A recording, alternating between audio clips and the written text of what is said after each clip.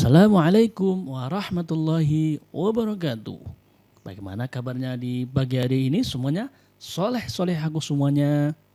Semoga dalam keadaan baik semuanya ya. Oke, hari ini kita akan belajar bab 11 ya. Itu tata cara bersuci. Materi PAI dan Budi Pekerti kelas 1 semester 2 ya. Oke, kita langsung saja simak berikut ini materinya. Namun sebelum kita mulai materinya, mari kita berdoa terlebih dahulu ya. Bismillahirrahmanirrahim. Raditu billahi rabba wa bil islami dina wa bi Muhammadin nabiyyan wa rasula. Rabbi zidni ilma warzuqni fahma. Amin ya rabbal alamin. Oke, kita sudah berdoa ya. Kita langsung masuk ke materinya saja ya. Di materi kali ini kita akan belajar tentang bersuci ya.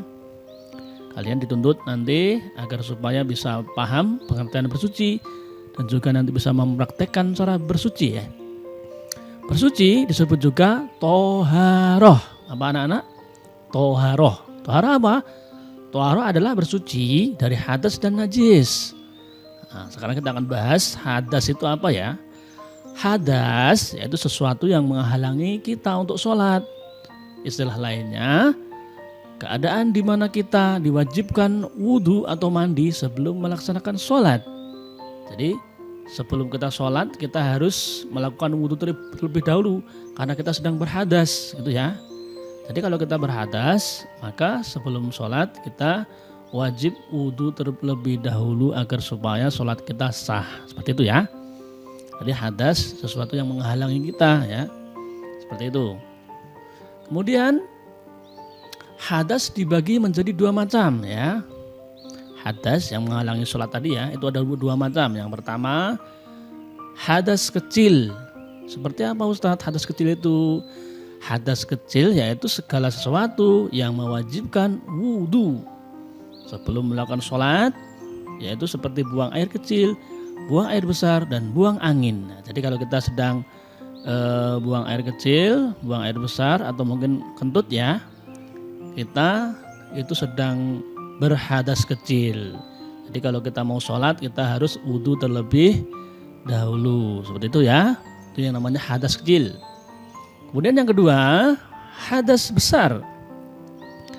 Hadas besar yaitu yang mewajibkan mandi sebelum melakukan sholat. Nah, jadi kalau kita sedang berhadas besar, itu kita wajib mandi terlebih dahulu sebelum sholat ya. Mandi dulu, kemudian wudhu, ya, baru sholat seperti itu. Yaitu seperti apa ya kalau kita sedang hadas besar itu?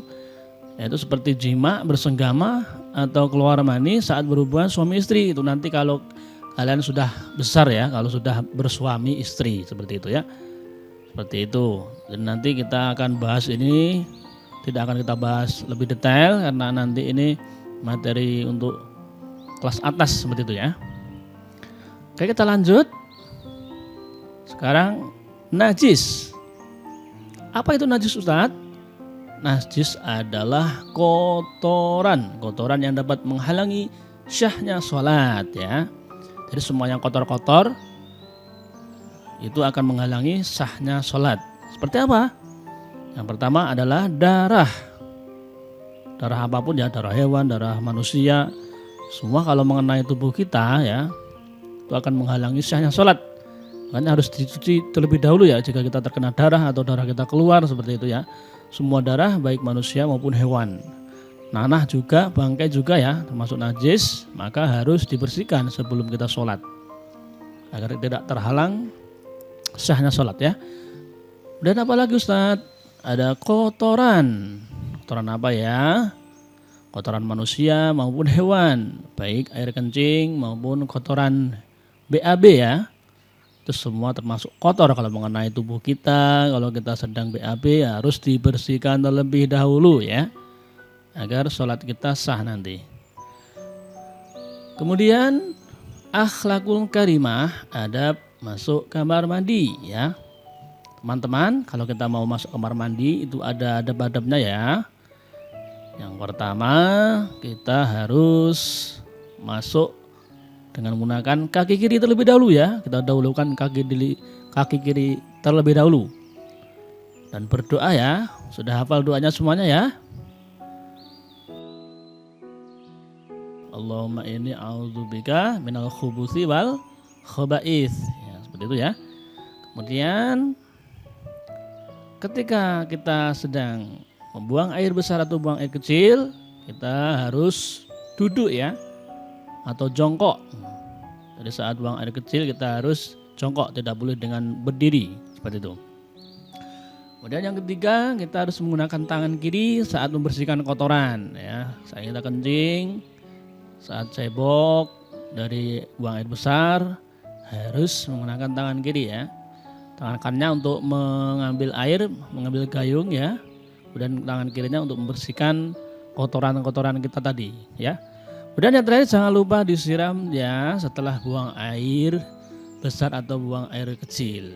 Seperti itu. Itu adab akhlakul karimah yang diajarkan Rasulullah kepada kita agar kita menjadi bersih dan kita ketika sholat nanti insya Allah sah ya. Kemudian selanjutnya teman-teman, selain tadi kita harus membersihkan hadas dan najis, kita juga harus mensucikan badan kita ya. Setiap hari kita bermain sepak bola ya, itu akan berkeringat. Maka kita harus membersihkan dengan apa Ustadz? Membersihkannya dengan mandi. Berapa kali ya? Mandi 2 kali sehari. Jangan lupa pakai sabun, sikat gigi ya. Digosok-gosok biar badan kita bersih. Seperti itu. Kemudian selain kita suci badan kita, maka kita harus suci pakaian kita juga. Suci pakaian dan tempat ibadah kita. Pakaian yang kita pakai harus senantiasa bersih ya teman-teman ya. Seperti ini, bersih wangi pakai sabun ya. Dicuci setiap hari, setelah dipakai dicuci seperti itu.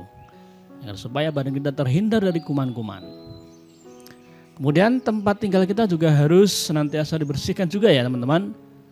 Agar supaya kita terhindar dari penyakit, dari corona, dari penyakit demam berdarah, dari semuanya yang akan membawa kita ke sakit ya. Itu harus kita bersihkan tempat tinggal kita, tempat ibadah kita juga ya, di masjid juga harus dibersihkan agar supaya kita beribadah senantiasa nyaman seperti itu. Oke teman-teman, materinya hanya itu saja. Soleh-soleh aku, terima kasih sudah menyimak materi dari Ustadz, semoga bermanfaat ya. Jangan lupa nanti dipraktekkan di rumah cara bersucinya, agar supaya kelak kita jika beribadah atau sholat kepada Allah, ibadah kita menjadi sah. Seperti itu ya teman-teman ya. Kita akhiri dengan doa kafaratul majlis bersama-sama. Alhamdulillahi rabbil alamin.